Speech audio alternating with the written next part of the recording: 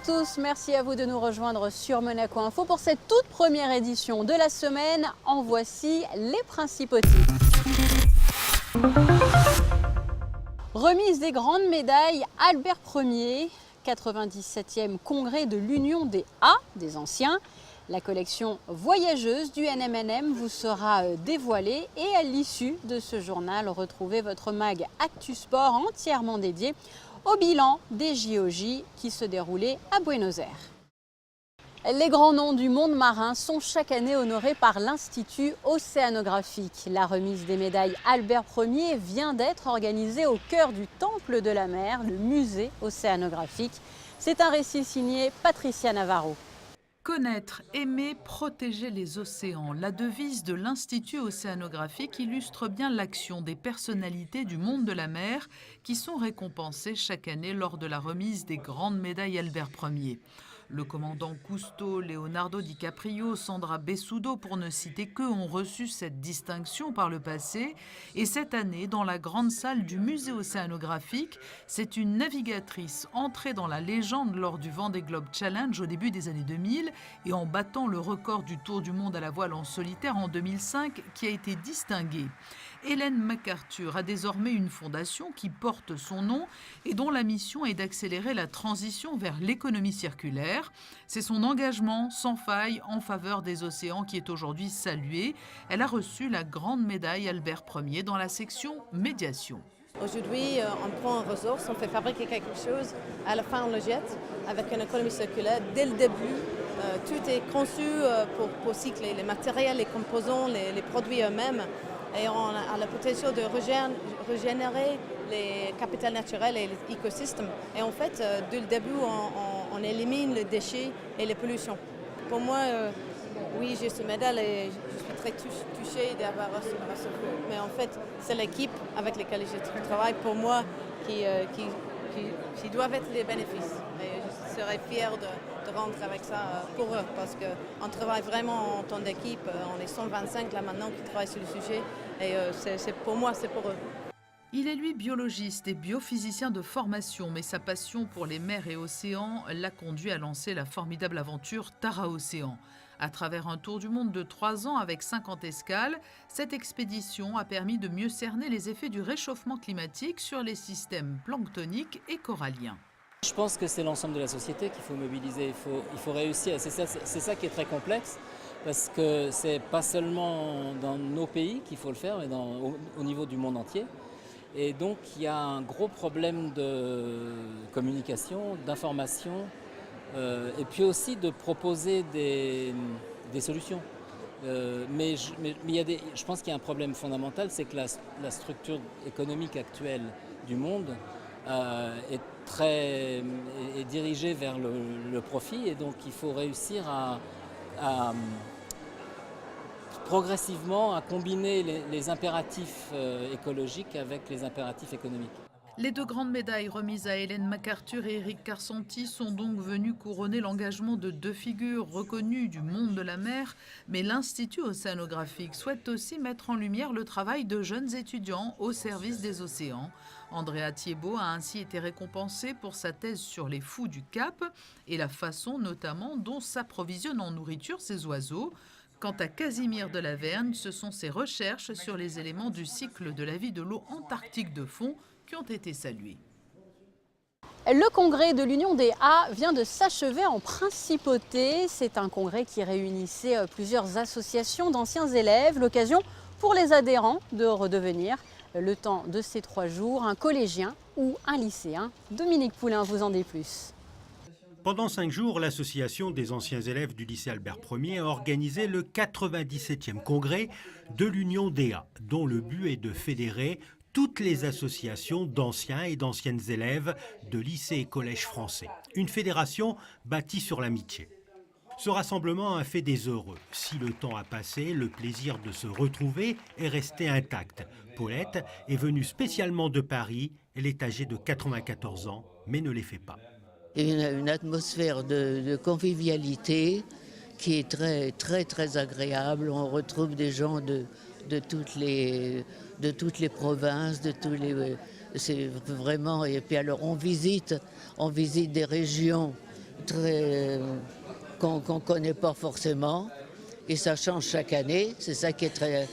il y a une très grande diversité. Donc j'aime beaucoup l'ambiance, voilà. Au programme, visite commentée de la principauté et des lieux touristiques, le lycée Albert Ier a par ailleurs accueilli des conférences sur le thème de Monaco et la mer. Pierre Frolat, quadruple recordman en apnée, a présenté sa discipline, ses activités et ses projets. Bernard Fautrier, vice-président de la Fondation Prince Albert II, a rappelé les liens qui unissent Monaco à la mer. Les associations d'anciens élèves existent depuis longtemps, mais contrairement à ce que l'on constate en Angleterre ou aux États-Unis, les associations françaises connaissent une période un peu compliquée, avec le désintérêt des anciens et la réduction du nombre de cotisants. C'est le gros problème de toutes les associations actuellement, c'est que l'intergénérationnalité est difficile à mettre en place. Les jeunes ont d'autres moyens de communication aussi, ils ont les réseaux sociaux, etc. Quand ils sortent des établissements, ils ont leurs études. Après, ils se marient, ils ont des enfants, donc il y a le métier, il y a des responsabilités qui font qu'ils sont moins disponibles. Et donc c'est la raison pour laquelle il y a beaucoup d'anciens, voire même de très anciens, mais assidus, fidèles, oui, c'est vrai. C'était l'occasion aussi de remettre le prix du civisme. Un prix décerné à Yann Toulek, élève de terminale au lycée Albert Ier. Il s'est vu remettre un chèque car il va consacrer ses vacances de la Toussaint à une école en Inde. Je me suis souvent retrouvé autour de connaissances qui étaient réellement engagées dans ce pays. Donc c'est réellement le premier pays où je me suis senti attiré, où je me suis dit réellement que je pourrais contribuer et aider à quelque chose pour rendre la vie d'autres personnes meilleure, ou au moins leur donner des chances. Et Yann va donner des cours d'anglais dans une école de jeunes filles, apporter des fournitures scolaires ainsi que des vêtements. Ce n'est pas la première fois que cet artiste britannique collabore avec le nouveau musée national de Monaco. Célia Pim est de retour en principauté pour cette fois-ci un projet lié à la collection voyageuse et ce, avec plusieurs élèves de l'école Saint-Charles. Alexandra Pani. Le bandeau. Le bandeau en velours, il est très doux, il est très beau. Oui. J'aime bien la couleur quand ça fait avec la lumière, avec les deux couleurs. Toucher, porter, s'approprier des pièces de musée, c'est l'ambition de ce nouveau projet artistique proposé par le NMNM. Avec la collection voyageuse, des fragments d'étoffes, broderies ou accessoires des collections du musée se baladeront pendant quelques temps hors les murs à la découverte du grand public. Ce qui est très spécial avec ce musée, c'est qu'ils souhaitent ouvrir leurs réserves au grand public, montrer leur collection aux personnes qui n'y ont pas accès habituellement. Cet atelier permet en quelque sorte de faire découvrir les coulisses de ce musée, mais hors les murs. Mais que l'on se rassure, ces pièces sont issues d'une collection bien particulière. Il s'agit en fait de fragments de costumes qui étaient très abîmés, qui faisaient partie de ce qu'on appelle une collection d'études. C'est-à-dire que ce ne sont pas des costumes inventoriés dans la collection, c'est-à-dire patrimonialisés. Ce sont des ensembles de matériaux qui nous servent à la fois pour les restaurations, parfois pour restaurer des costumes, et aussi, depuis qu'on a rencontré Célia Pim, il y a 3 ans, c'est vrai qu'on a vraiment orienté notre réflexion sur cette collection-là, en se disant mais pourquoi ne pas l'utiliser, pourquoi ne pas la toucher, la faire porter. Donc on avait initié une série de performances déjà, où on faisait porter des costumes, et puis là c'est vraiment un projet qui est plus pédagogique, où on décide de faire un mouvement inverse de celui habituel, c'est-à-dire de faire venir le public dans le musée pour voir les objets. Là c'est des objets qu'on se permet de sortir, qu'on se permet de faire manipuler, toucher, pour les faire découvrir autrement. Cet atelier s'inscrit dans un projet artistique plus large. Cette classe d'adaptation de l'école Saint-Charles aura pour objectif de réaliser à la fin de l'année scolaire une performance. Et pour cela, des intervenants du NMNM viendront tout au long de l'année, une fois par mois, pour préparer avec eux un scénario, des costumes, les décors et la mise en scène. C'est vraiment un travail sur l'imagination. Et aussi sur le dépassement de soi, puisque la finalité va être une performance. Et aussi un travail sur le collectif, puisqu'il va falloir aussi qu'ils travaillent tous ensemble. Pour le parcours artistique de l'élève, je trouve ça vraiment original, atypique, puisque c'est le musée qui vient à l'école.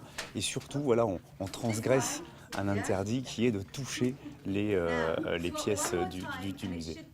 Cette collection voyageuse se rendra également au sein de l'AMAPI, mais aussi avec des patients du service psychiatrie du centre hospitalier Princesse Grace, avec toujours cette idée de faire découvrir les coulisses du musée au grand public et hors les murs. Et l'actualité monégasque, vous le savez, se développe aussi sous forme de brèves. Les voici. La soirée de gala de l'Ireland Funds a eu lieu à l'Hôtel Hermitage. Cette organisation philanthropique qui a vu le jour en 1976 a pour mission de promouvoir les valeurs culturelles, les valeurs de paix et l'éducation sous l'égide de l'Irlande. Depuis sa création, elle est parvenue à récolter plus de 600 millions de dollars pour servir des causes un peu partout dans le monde. Le prince Albert II, dont on connaît l'attachement pour l'Irlande, a assisté à la soirée organisée à l'Hôtel Hermitage. Le 6e Monégou Country Event a eu lieu ce week-end à l'espace Léo Ferré avec les chorégraphes américains et britanniques Amy Glass et Darren Bailey qui ont assuré des stages de line dance. Le Monégou Country Western Dance est une association qui a été créée en juin 2012 et depuis cette date, elle propose régulièrement des moments de danse à ses adhérents ou au grand public sur les sonorités de musique country ou sur les succès du moment. Voilà donc pour l'essentiel de l'actualité. Passons à présent à vos prévisions météo. C'est un temps couvert qui perdurera mardi. Tout au long de la journée, soufflera une légère brise et les températures seront comprises entre 18 et 20 degrés. Mercredi, peu d'évolution de la situation météorologique, temps toujours couvert. Jeudi, le temps sera encore couvert, mais des éclaircies ne sont pas exclues. Il fera 18 degrés au lever du jour et 23 degrés au meilleur moment de la journée. Vendredi, retour du soleil, ce sera une journée très agréable, tout comme samedi où le soleil brillera encore. Globalement, le week-end prochain devrait être très agréable. Et c'est ainsi que se referme cette édition. Merci à vous de l'avoir suivi. Je vous laisse à présent avec la suite de votre programme sur Monaco Info. Prochain rendez-vous avec l'actualité mardi dès 19 h.